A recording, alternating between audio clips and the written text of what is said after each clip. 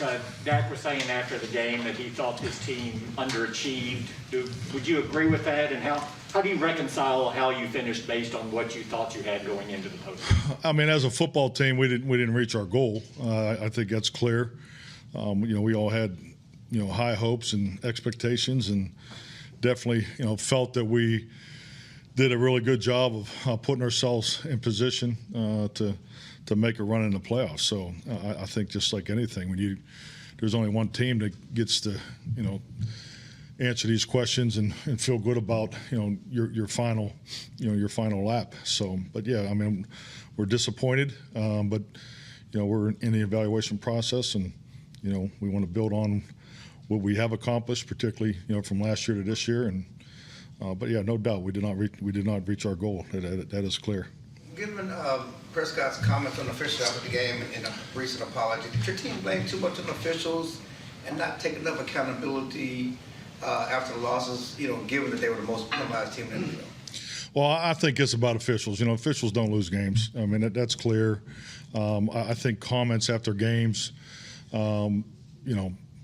people are emotional, particularly when it doesn't go the way you think it should go. Players are asked questions and encouraged to give honest answers. I think, but when they come back, we talked about. I just did 3 days of exit interviews. Talked to every member of our football team. Just concluded about 1 o'clock, and they're very accountable. And our number one focus moving forward is the penalties. I mean, it's way too many. You look at the pre-snaps. There's no excuse for it. So it's been a focus all year. The thing I struggle with, as a head coach doing this now for a number of years is, I have comparables over a 15-year period, and this team here is clearly one of the better teams I've coached as far as their mental preparation and their mental execution. So our weekly grades and even our totals for the season we break it up into mental errors and missed assignments. So our mental grades don't coincide with the penalties because they usually go together, and that's something that we'll obviously take a very, very hard look at. And I think it's just like anything, it's the application of what you need to work on to improve when you look forward from one year to the next. And we all spend time. Particularly the position coaches on technique and how you build it into the individual drills and penalty prevention. We have common philosophies and approaches. Do not hold on a run play. I mean, we all understand that. So there's no excuse to hold on a run play. I mean, it's simple math. I mean, -2 versus -10, do the math. So I mean but we've had too many holdings on run plays. So I mean, that's something as a coach we'll continue to take a hard look at. By individual, by technique, by concept, situation, and so forth. Because we'll react to it.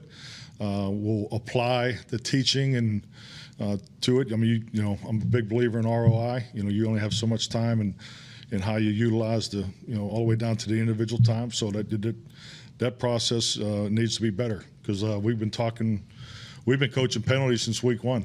I mean, it's something that particularly the holding and the pre-snap penalties. Those are the two that jump off the charts.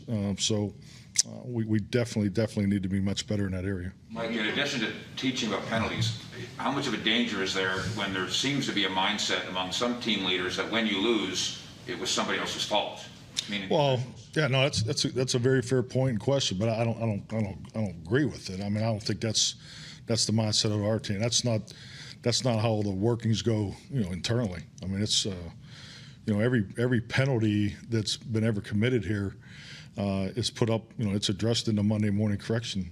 I mean, the team meeting. So it's corrected. It's emphasized. But there is a process, and this is not an excuse by any means. But my history will point to this. As a head coach, I know my first couple years, up north, we were highly penalized, and my experience has been no different coming here. Every coach has a way he wants to practice. Every coach wants an aggressive play style, and with that, and it's just not most guys. It's getting everybody to play with that aggressive play style, and we clearly, you were here last year, we didn't have it. So we didn't have it consistently throughout our team. I felt like we had it a little bit down a stretch there in the later games, but that's something that we made a vast improvement on. But with the aggressiveness and the tenacity of the whole team comes a little more, room for error in the combative penalties. Our combative penalties, we break them into 3 categories. They're too high right now. So, and we need to do a better job as coaches, starting with me, emphasizing, teaching it, and had some great conversations with a number of our veterans about the individual drills that we're doing. Are we spending enough time in the and it's always the line play because those guys are always the challenge. They're the ones that have the biggest challenge, particularly starting in the off season because they don't really get the nitty gritty hand-to-hand combat until training camp. So I mean, that's part of the exit interview process. But yeah, I mean the penalties, make no bones about it. We need to be much better there. Of the 7 pre-snap penalties on Sunday, 2 of them were neutral zone infractions on Randy. Are his eyes? Maybe look at Trent Williams kind of settles into his stance a little bit. Like, what's the point of correction for him there? Kind of focus on that. Well, I mean, in fairness to all that, I mean, I have not watched the games in detail. I've obviously spent some time with Kellen and John Fossil, just on some game situation conversation that we were part of. But yeah, I mean, Randy's reading the movement of the tackle. I think that's as far as where his eyes are and so forth. But the actual specifically what happened on the play, I haven't studied that yet. Mike, you're likely to lose members of your coaching staff. You're going to lose guys to free agency. How would you, I guess, sell to the fan base that this team can be better next year? Oh, we're going to be better. I mean, we're going to be better through the process. I think. I trust, number one, I trust our personnel process. I think that, the collaboration, I mean, I think we have to give our personnel department and just what we did last year to this year. I mean, we had tremendous, that was the change we had on defense from a personnel and coaching staff standpoint. I mean, that's the biggest change that I've ever been a part of, both player and coaching. So to pull all that together, there's a lot of hard work and a lot of credit that goes to a number of people. So, I have the same confidence that, we'll do that moving forward. Now, it's going to be a challenge because I know there's definitely, you can't keep everybody, but every team's, that's the era that we're in. We'll go through that and count on another really, an excellent draft class to go with the 2 that we have. So, I got to remember, I coached the youngest team in the league for a number of years, so I have great belief in draft and development. This will probably hopefully be the first year that we can have a normal off-season program, and so I think with that, the combination of veterans and young players that we have, I think we definitely can take a step forward. Mike, you told us you think handling success is more difficult than handling failure. After y'all started the season 6-1, how well did your team handle success? I don't think this is something you just put a grade on. There's definitely moments that we did not, and I think with those moments, I've always looked at it, it's a great opportunity to learn and grow from it. So just no different handling success during that run there, but just take the playoff game too. I think that the fact that now that we've played a playoff game together, the expectation of what it feels like and what could we did better at the beginning of the game. I think all those things pay forward and are all part of that handling success challenge. How much pressure will be on you? How much pressure will be on you next year to take the next step? Because obviously this year you took another step from last year. I mean, yeah, but that's what we focus on. I mean, we're not here to go backwards. I mean, I think that's part of the challenge. It's part of the privilege of pressure of improvement in this league, and sustaining success is clearly whatever level of success you attain. Sustaining it is the biggest challenge in this league. I think history will point to that. I know it's been my personal experience, but to do it every year, to be in position, I mean that's a huge challenge. But I think with the group that we have, love the guys, love the locker room. I think the culture that's been created, we have an incredible foundation to build off of and prepare to take the run next year. Like the running game, about halfway through the season, seemed to kind of take a step back. I think it dropped by about a yard per carry at the halfway point. were you able to pinpoint something? Was there a reason there? And then how much did that impact you think you guys had the offensive struggles down the stretch? Well, the running the ball was definitely was not our strength. I think we're talking about it a lot in here. The combination of rushes and completions. I mean, to me, running the ball is you run the football for the whole team. The run game helps the whole football team. Now, you also can take it a step further. The rushes plus completions is really the most important. The ball distribution. If you look at the games that we weren't successful, including this last one against San Francisco, our losses, I think we averaged 46, 47, rushes plus completions. The goal's 55. And I would say in our wins, we had to be 57, 58, somewhere in there. So the ball distribution is the most important part. But the run game, as far as the efficiency of it, yeah, it's clearly been a constant, conversation for us consistently. Just as far as fitting it all together with the action pass game, I thought we did a really nice job. I think a lot of changes that we had, with the offensive line as part of that.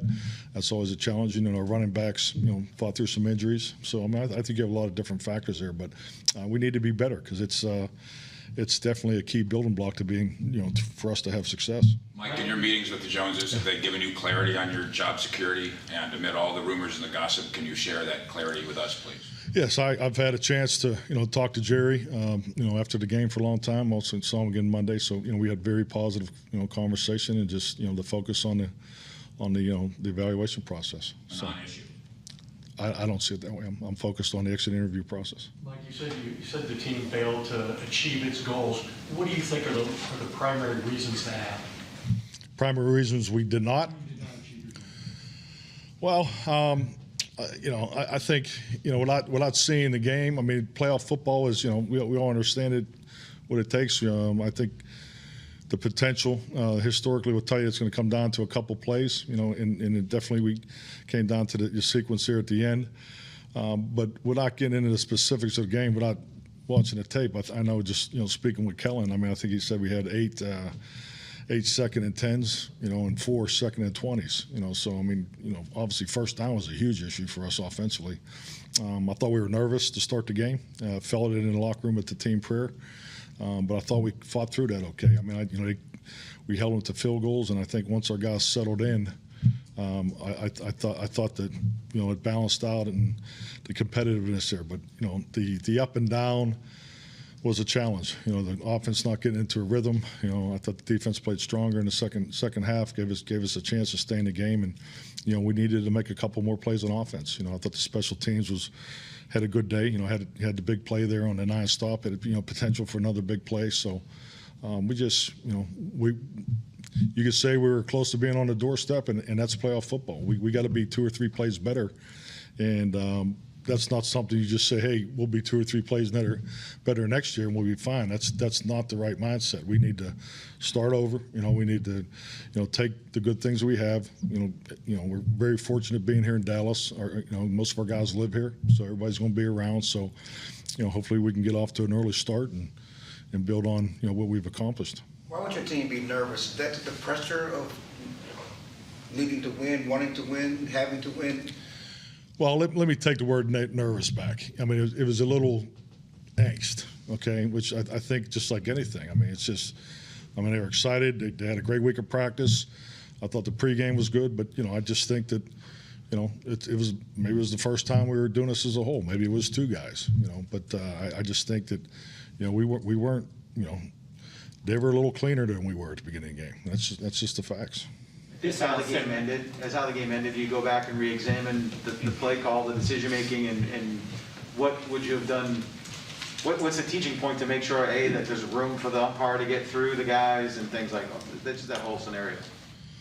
Well, it's really probably the only play I looked at. Talking with John Fossil is part of our game situation crew, and Kellen. If you look at the clock play situation, that's what we call it, okay? The clock play situation, historically, I know when I first got in the league, 17 seconds was the threshold where you would not attempt a normal 5-step time clock play, okay? So I'm going to say about 10 years ago, And I just think it's through repetition, quarterbacks and those where it moved down to 16 seconds. So when you're looking at a normal clock play, 16 seconds is the threshold.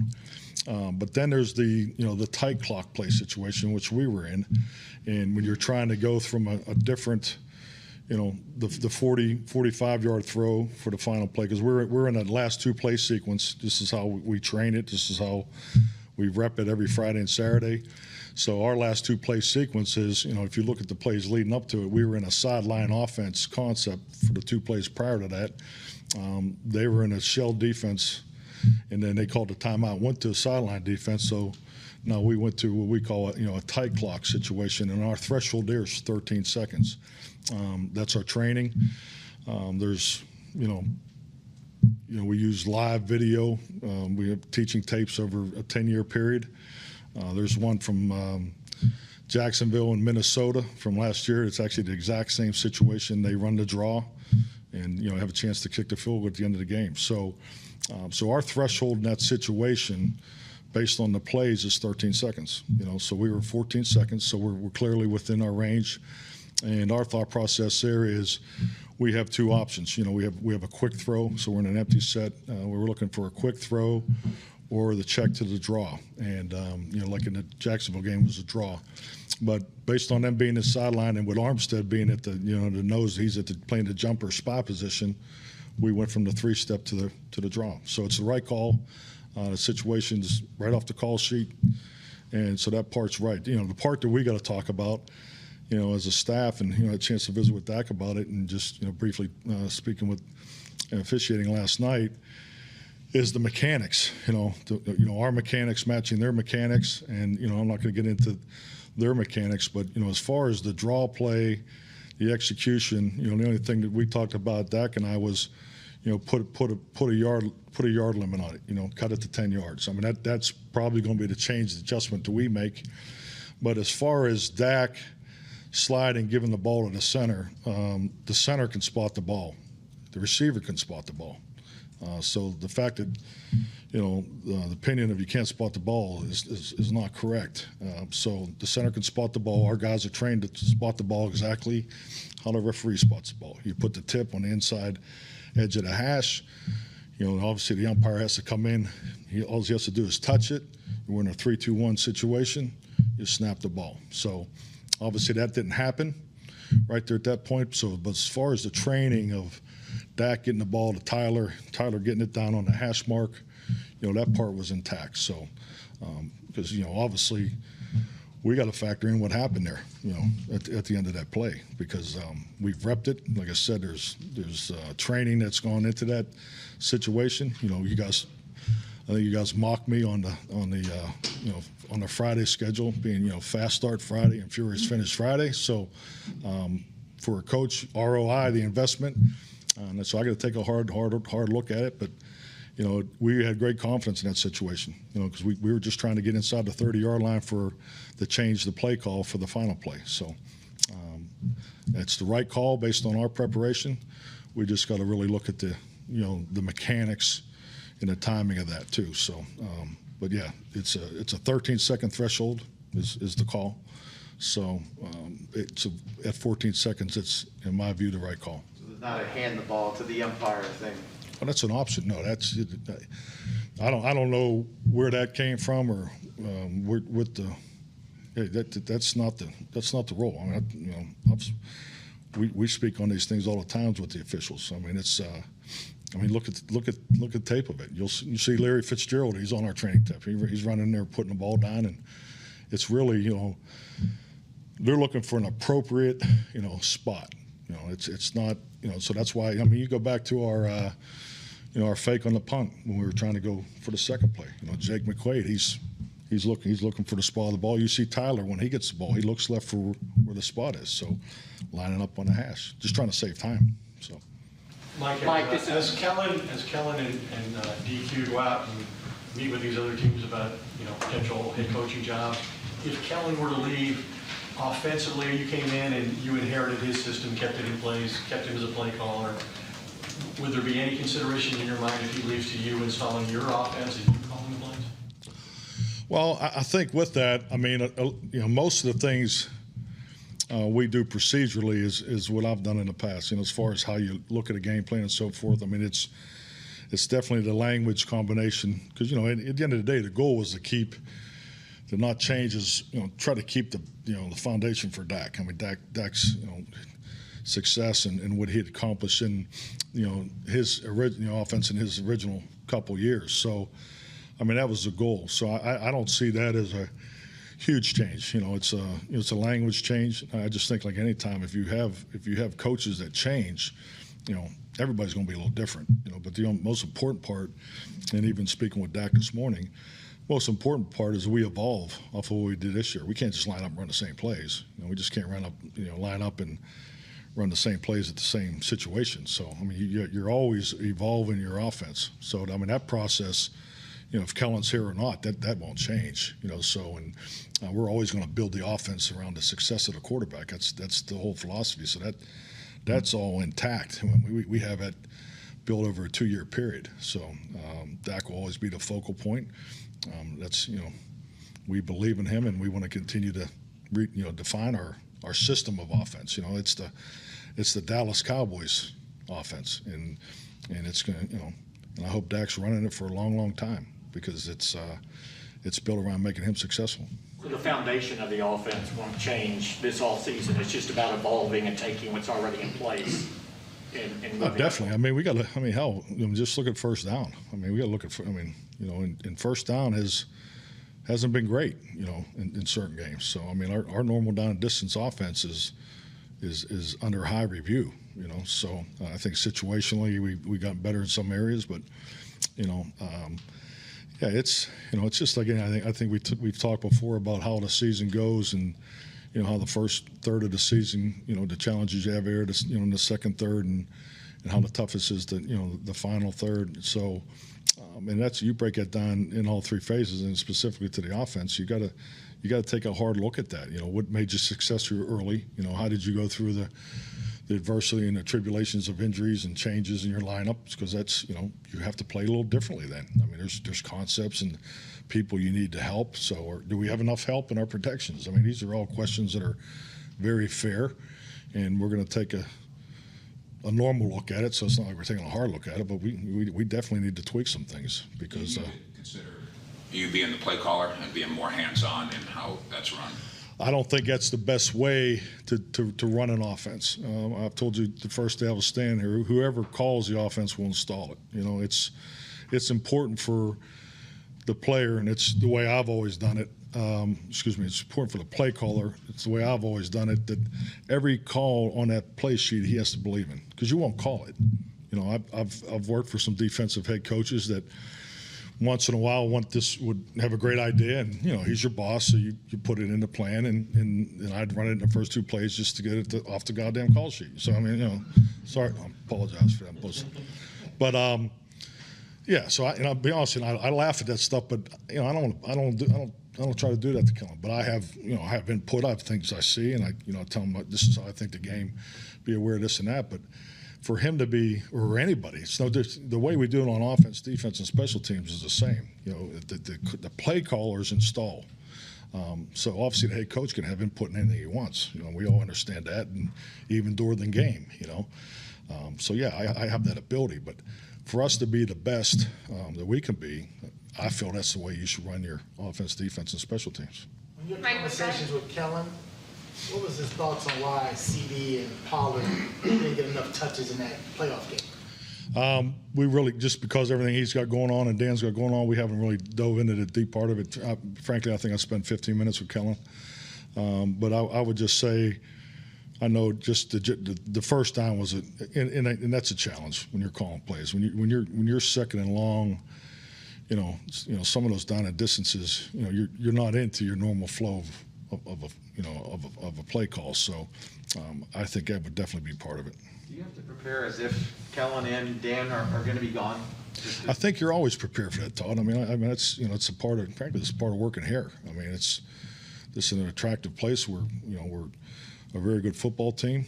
So I think with that,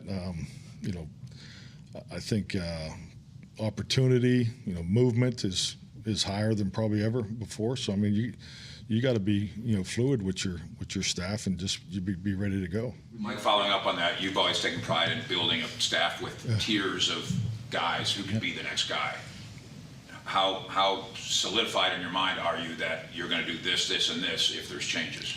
I think that's definitely your starting point, but I think I have a clear responsibility to the organization to make sure that I do the best I can in all aspects of the football team too. So I think this is premature, but yeah, I'm definitely cognizant of it.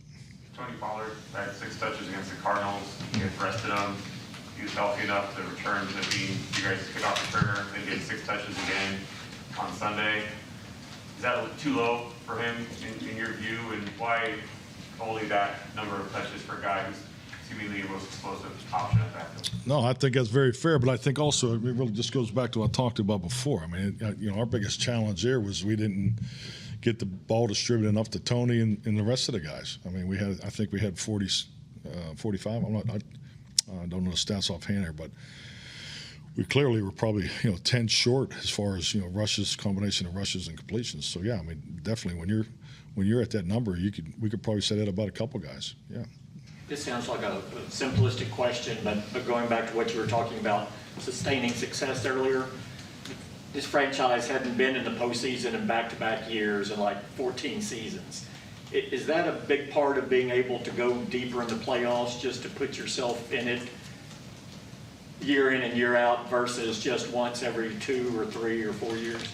Oh, definitely. I mean, I just know, being in the playoffs, for, 8 years or so, there's definitely, it's just like anything. I mean, the second time around is easier. I mean, it's, I think clearly that the hard lessons that we, experienced on Sunday will definitely pay forward for us, what I adopt in my mind. Off my personal experience, the first time we were in the playoffs, it was an NFC Championship game, that went to overtime. So, and then we had a new quarterback, and it took till the second year, and then we lost another heartbreaker in overtime. So, and then following year we won the Super Bowl. So, I mean, I think guys, particularly coaches on the staff, talk about their experiences. It's tough to get it done the first time you're in there as a team, but. We were obviously we were confident, we were healthy, so there was a lot of feel good around our football team. No doubt about it. And I think it's important. I'm not second guessing that, but it's hard. I mean, it's hard to win a game in a regular season, let alone playoff games. So, and they play better than we did. So I mean, it starts with me, and trust me, you always looked at what can you do, what more can you do in any situation, whether it's how you practice, how you game plan, and things that go on during the course of the game. So, but most importantly, I can't say enough about the players. I mean, gosh, the last 3 days. I mean, just their confidence and where they feel, where we are as a football program, just what we accomplished in 1 year, as far as, just the energy and the attitude. I mean, the locker room is incredible. It was 100% through all 80-plus guys. It was the best locker room they've ever been a part of. So, I mean, we have a tremendous amount to build off of. So, like anything, it starts with the players. Mike, you were talking earlier about player personnel and the great job they did last year, and there's some hard decisions coming up in regards to some now free agents. Could you take us through the process and or influence that the coaches have in talking about some of these guys coming back? Well, yeah, I mean, I'll just the way it was laid out with Jerry Stephen.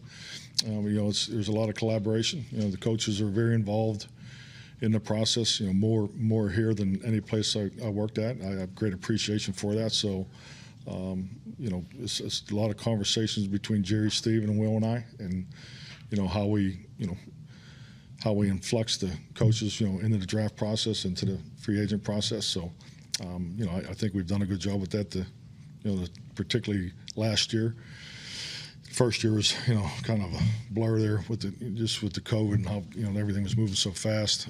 So I thought last year it worked out very well. So, and I have great confidence that we can have another excellent year. Would you say the window to win is a lot smaller now than it was when you first became a head coach?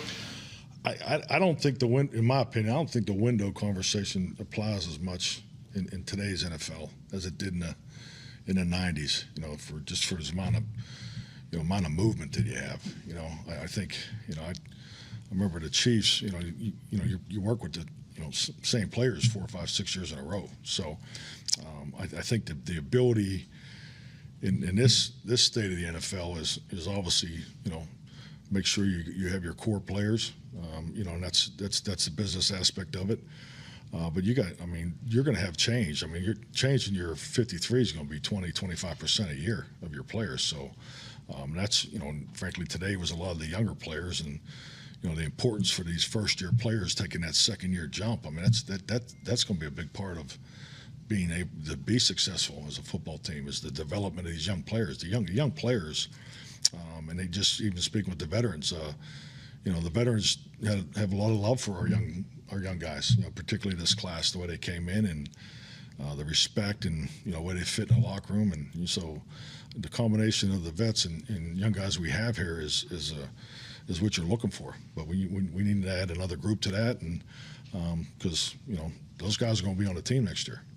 Where does Dak need to improve, and how different will this offseason be for him to maybe not have to worry about his rehab the whole time, and he can worry about football more than his health? Yeah, definitely. I know Dak is, you know, he just wants to get past the, you know, like all of us, the pain of Sunday, and but you know, hey, his work ethic and his regimen is second to none. So I mean, that's not going to change. But yeah, I think it's a great point. I think that being in a normal off-season program, I think we're all hoping for and looking forward to, because you know, we really haven't had that yet. So.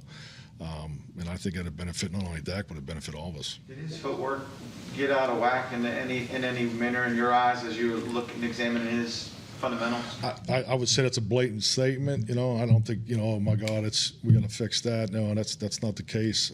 I think just like anything, if he was standing here, he's you know, he'll tell you there's some throws or some things we maybe need more reps at or more timing, and you know, and I think with, you know, the challenge of having multiple perimeter options, you know, getting in tune with every guy, on every particular route, you know, working through the route tree. We definitely need to continue to work on the details of that. So I think it'll all be a part of moving forward. Zeke said he played with a torn PCL. Do you expect him to be 100% next year? And how did that affect him at the end of the season?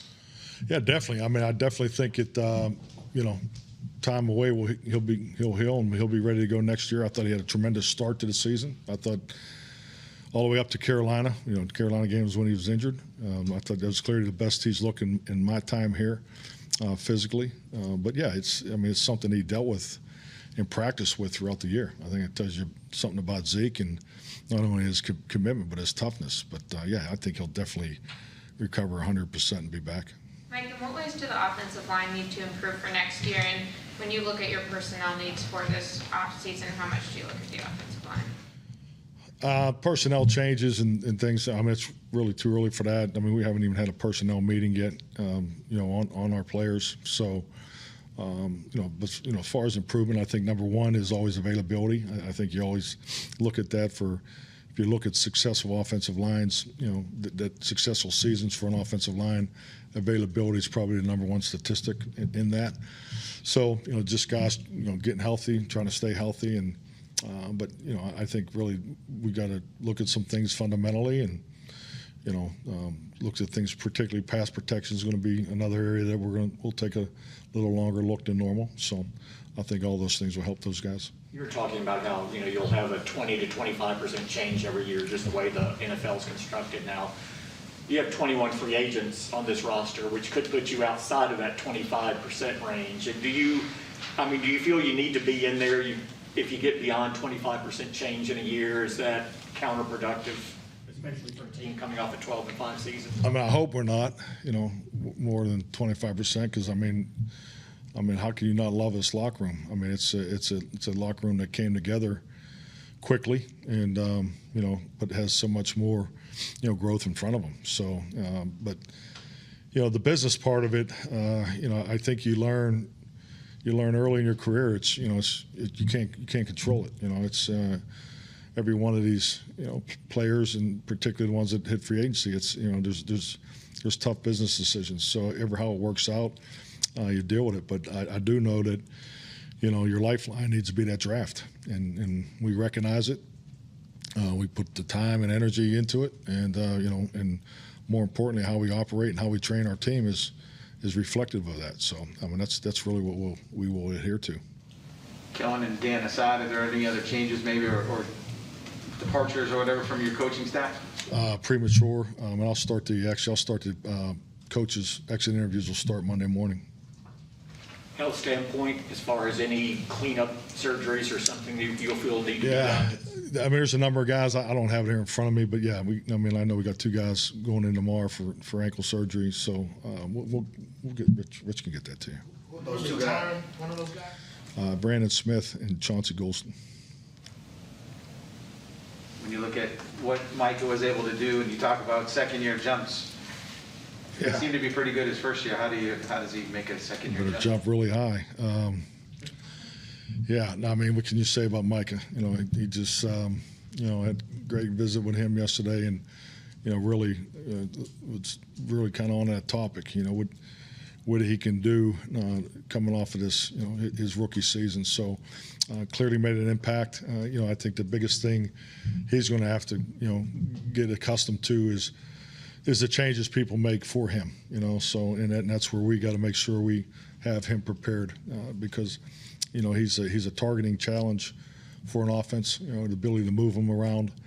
But it's just like anything. I think any player in this league will attest to this, that once you have success, people are going to study the film and have a plan for you. So we got to make sure he takes that he takes that next step to be able to combat and continue to be highly successful. Do you think the things that Vic Fangio did in the Denver game kind of became a strategy that teams use to defend against you the rest of the season? I think a couple teams, but I think Denver played us like that, and then Kansas City. But we frankly, we saw more shell than anything. So, I think the passing game as a whole, we can focus on the little things, the details, and that's something that we felt during the season we could be better at, and we'll continue that thought process going into the evaluation process. You've been a head coach in a high-profile situation for a long time. Do you ever get used to speculation about your job security? How do you deal with that? I think, internally, and I think for people in this profession, they, it's accepted. It's part of the job. I get that. I understand why you're asking the question. It's part of the job. You have a job to do, and I have a job to do here today and answer your questions appropriately and respectfully. But, I don't put a lot into it because I know what I personally put into this. I understand what goes on here every day. I know how to win. I know how to win in this league. I know how to win playoff games. I know how to win a championship. So I have great confidence in that. What we've built here in 2 seasons, I feel very good about. And I think with that, you stay true to that. The hard part's the personal. So we all have kids, so that's the part that I don't like, so, and I just hope people were respectful to that. Mike, one more on Zeke. You mentioned feel like he's going to get healthy. He said he didn't think he needed the procedure on this PCL. Is that your understanding? It's just kind of a rest and feel? Yeah, I agree. The PCL injury was something that we feel that will heal at rest. He's not up for surgery right now. There's no discussion of him having a procedure. Mike, how do you handle the rest of the playoffs now? Do you watch with all of us? Is it too hard to watch? I won't. Yeah, I'm sorry, I won't watch it. What's nice is we have video that I'll come in and maybe blink the games afterwards. But the emotion of it all on TV. It's just something that I never participated in. So I mean, we're disappointed. Make no bones about it. So, but yeah, there'll be great games, but I'll watch the coaching tapes at some point just to see what teams are doing against each other, particularly in the playoffs. You talked about health and the offensive line and things. Tyron's not played a full season since 2015. He missed 6 or 7 games this year with the ankle and COVID. Can you count on him to play a full season at this point in his career? Well, I just think like anything. I mean, I get to see Tyron every day, but also I have an understanding of not only how it happens and what goes into it. So I mean, I think players go through strings of injuries, and particularly at his position, he's a cornerstone position. Plays in a high stress position. So I just have confidence in him and our process. So yeah, I mean, I don't see any reason why we can't see him bounce back and have a full season. The amount of interviews that Dan and Kellen are scheduled for over the next few days, do you have a role in that? Are you active in that, or do you just kind of wait to see what happens like the rest of us? Active in which way? Do you have a line of communication with them about what they're thinking and what they're doing? Oh yeah, no, yeah. I fully understand what's going on, and it's exciting for Kellen. I mean, I'm proud of him, and Dan's been through it before. But yeah, I think anytime, you remember, I know I'm the head coach, but we also have personal relationships too. So I mean, and I think anytime you can share experiences with your coaches, and even Dan. I mean, Dan and I talk a lot about past experiences. So Kellen's going through it the first time, but yeah, I'm in tune with what's going on. If Kellen and Dan, if either or both gets a head coaching job, what will they bring the team that gets them? Well, number one, I think just like anything, I mean, you're getting two high quality men. I think, just the way they operate, positive personalities.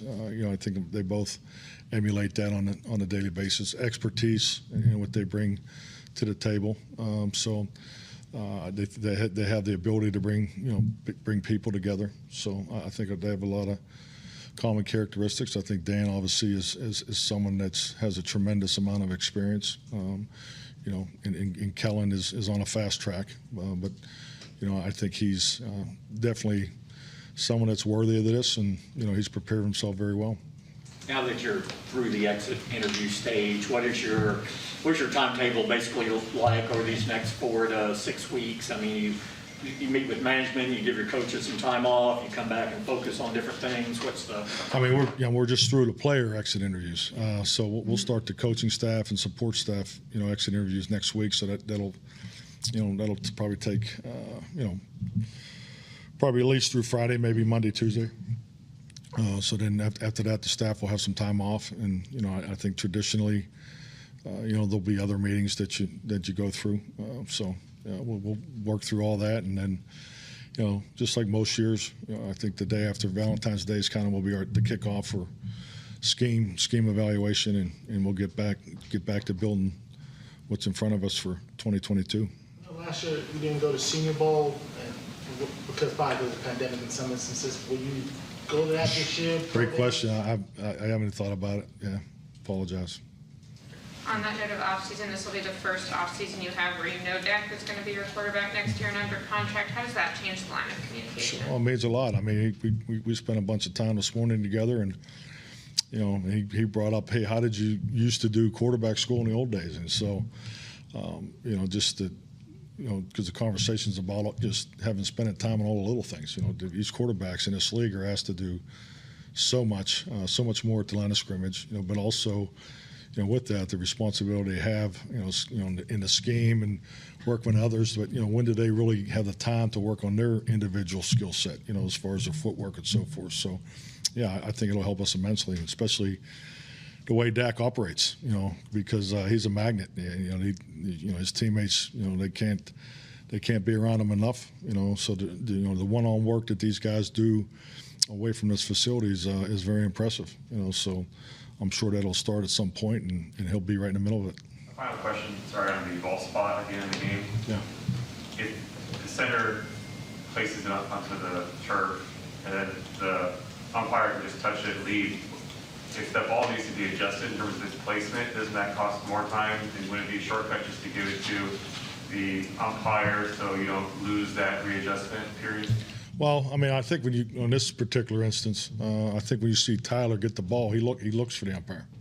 He turns and looks for the umpire. So I think it's only a natural reaction to, because if the umpire's not there, we're taught to put the ball in a proper proper space. And I think not only, the distance that the umpire had to come from, and the collision that he was part of, I can't speak on his behalf, what he saw, actually what the spot was, as far, basically on the way it all happened. So, usually, the training tapes will show you, 9 out of 10 of them are tap, and we call it a 3-2-1. The clock's coming down 3-2-1 because you want to snap that ball right at 2 seconds. So, yeah, I don't have any problem with our mechanics. But yeah, I mean, if the umpire's right there, yeah, give it to him because we talk about 2 resets.